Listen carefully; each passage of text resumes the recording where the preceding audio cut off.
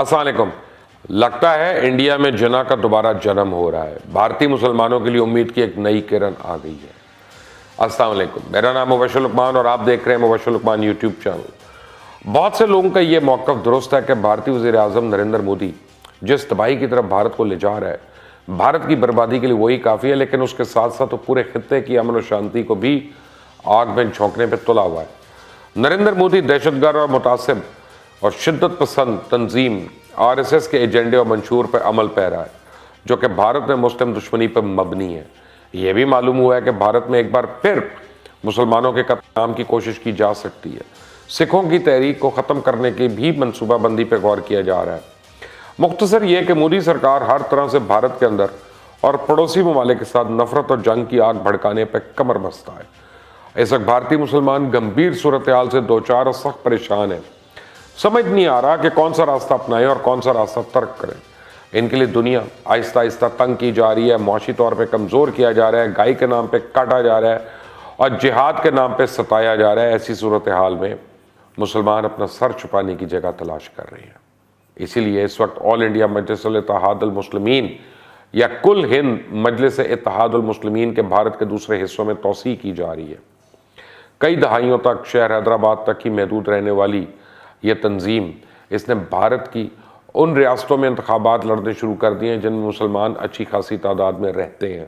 کرناٹکا، آندھرا پردیش، مہاراشٹر، اتر پردیش اور بہار کے بعد اب یہ جماعت مغربی بنگال اور تامل ناڈو میں اگلے سال ہونے والے اسمبلی انتخابات میں حصہ لینے کا اعلان کر چکی ہے، اور اس پارٹی نے ریاست بہار میں حال ہی میں منعقد ہونے والی اسمبلی انتخابات میں اچھی کارکردگی کا مظاہرہ کرتے ہوئے 5 نشستوں پہ جیت بھی حاصل کی تھی۔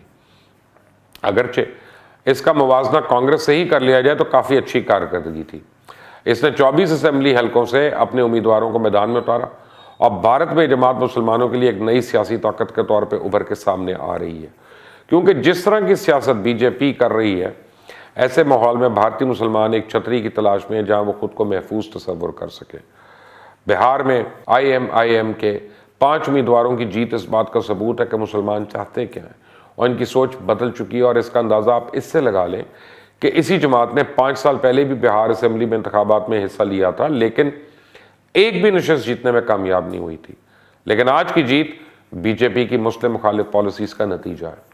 اگر آپ اتر پردیش میں BJP حکومت کی پالیسیز دیکھیں گے تو آپ کو اندازہ ہوگا کہ مسلمانوں کے لیے اب کچھ جگہ نہیں رہی۔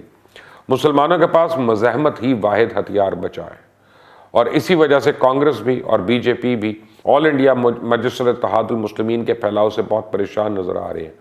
کانگریس کا ان پر الزام ہے کہ یہ جماعت مسلمانوں کے ووٹوں کو تقسیم کر کے BJP کو فائدہ پہنچا رہی ہے، جبکہ BJP کا الزام ہے کہ اسد الدین اویسی کی قیادت میں یہ جماعت نفرت کی سیاست کر رہی ہے۔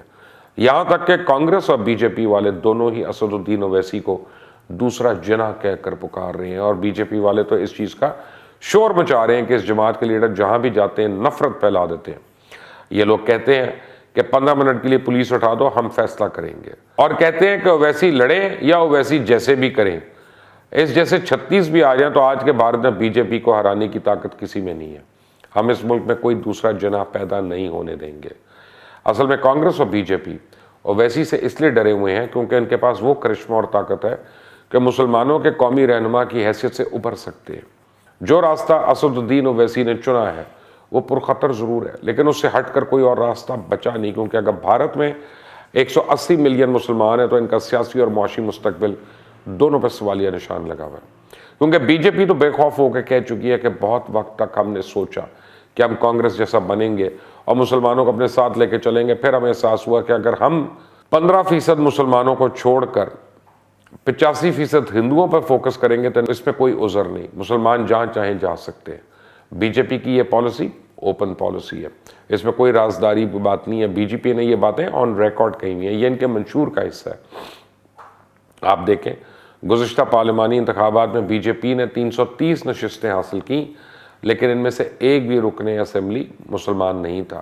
یہاں تک کہ تلنگانہ میں بھی BJP کے صدر بنڈی سنجے کمار، جو بدقسمتی سے رکن پارلیمنٹ بھی ہیں، آن ریکارڈ کہہ چکے ہیں کہ ہم پرانے شہر حیدرآباد پر سرجیکل سٹرائکس کروائیں گے۔ اسی طرح کے بیانات سے ان کی مسلم مخالف سوچ کا اندازہ لگایا جا سکتا ہے۔ اس سوچ کے پیچھے ایک خطرناک منصوبہ ہے۔